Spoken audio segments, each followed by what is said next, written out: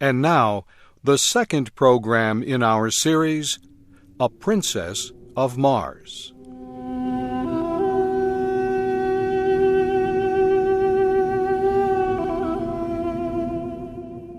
The creature with the spear was huge. There were many other similar creatures. They had ridden behind me on the backs of large animals. Each of them carried a collection of strange-looking weapons. The one with the large spear got down from the back of his animal and began walking toward me. He was almost 5 meters tall and a dark green color. Huge teeth stuck out of his face, and his expression showed much hate and violence. I immediately knew I was facing a terrible warrior. He began moving quickly toward me with the spear. I was completely unarmed. I could not fight. My only chance was to escape. I used all my strength to jump away from him. I was able to jump almost 30 meters. The Green Martian stopped and watched my effort.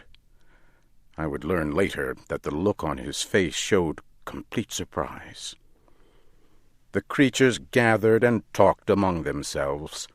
While they talked, I thought about running away.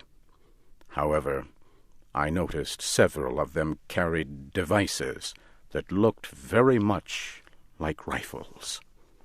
I could not run. Soon all but one of the creatures moved away.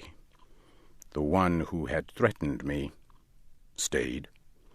He slowly took off a metal band from his arm and held it out to me. He spoke in a strange language. Niktu maktuta sakota. Slowly he laid down his weapons. I thought this would have been a sign of peace anywhere on Earth. Why not Mars, too? I walked toward him, and in a normal voice announced my name, and said I had come in peace. I knew he did not understand, but like me, he took it to mean that I meant no harm. Slowly we came together. He gave me the large metal band that had been around his arm. He turned and made signs with his hands that I should follow him.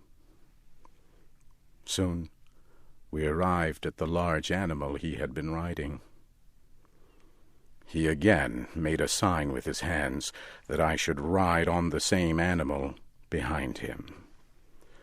The group turned and began riding across the land. We moved quickly toward mountains in the distance.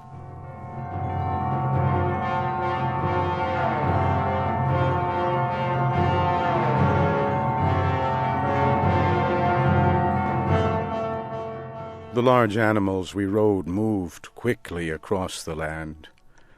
I could tell from the surrounding mountains that we were on the bottom of a long, dead sea. In time we came to a huge city. At first I thought the city was empty. The buildings were all empty and in poor repair. But soon I saw hundreds of the green warriors. I also saw green women and children. I soon learned about many cities like this. The cities were built hundreds of years ago by a people that no longer existed. The Green Martians used the cities. They moved from one empty city to another, never stopping for more than a day or two. We got down from our animals and walked into a large building. We entered a room that was filled with fierce green warriors.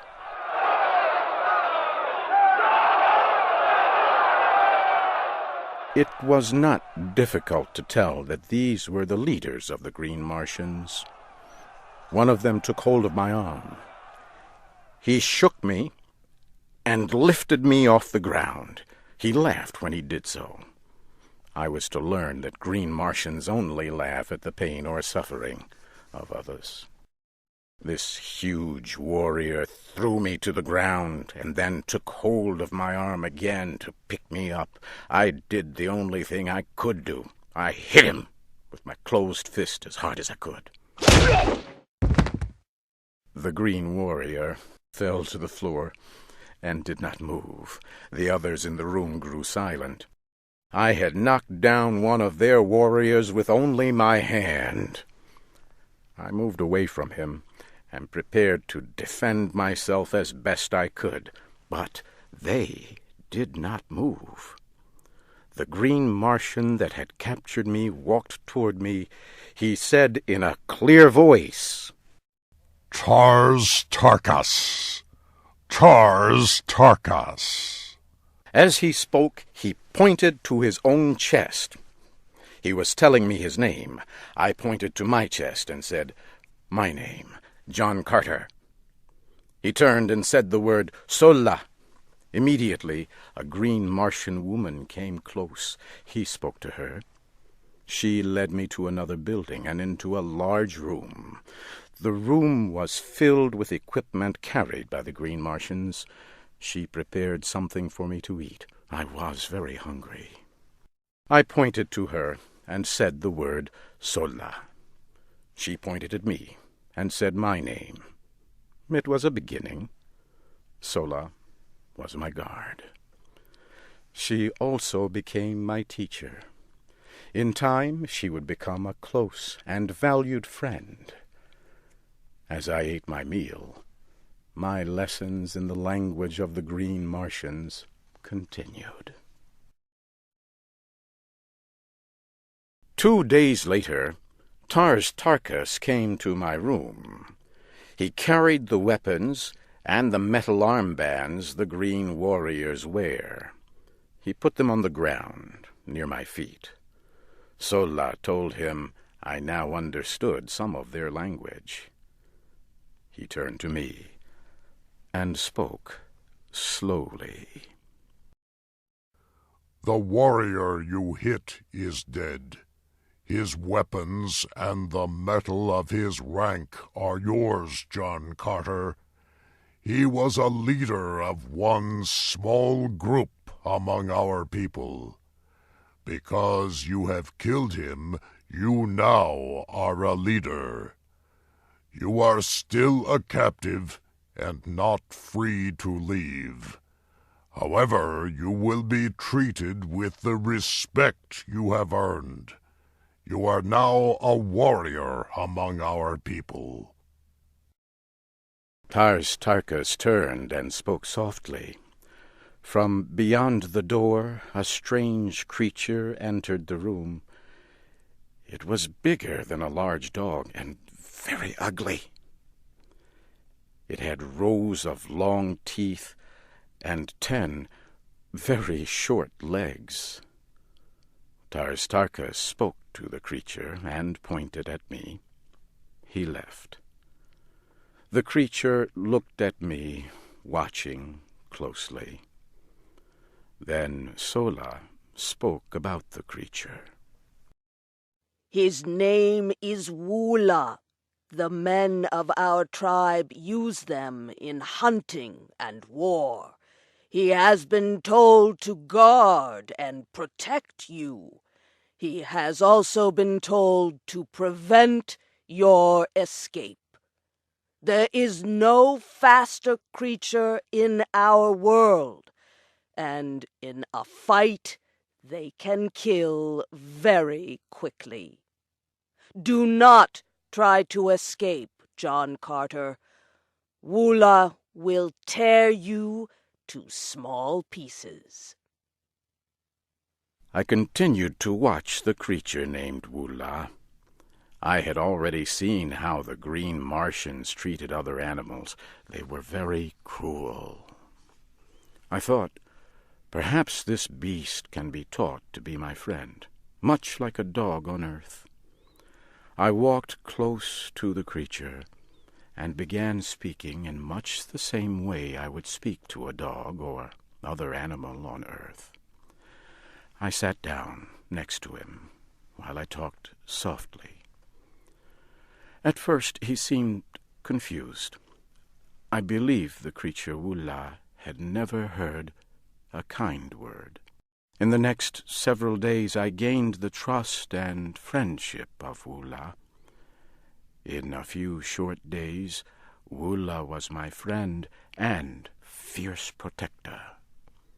He would remain my loyal friend as long as I was on Mars. Several days later, Sola came to me with a look of great concern. John Carter, come with me. A great battle is about to take place. An enemy is coming near this city. We must prepare to fight, and we must be ready to flee. Sola, what enemy is this? A race of red men who travel our world in flying machines. A great number of their machines have come over the far mountain. Take your weapons with you, and hurry. I collected my sword and a spear. I hurried out of the building and joined a group of warriors moving toward the end of the city. Far in the distance, I could see the airships. They were firing large guns at the Green Warriors. I heard huge explosions. The Green Warriors were firing back with their deadly rifles. The air was filled with the sound of violent battle.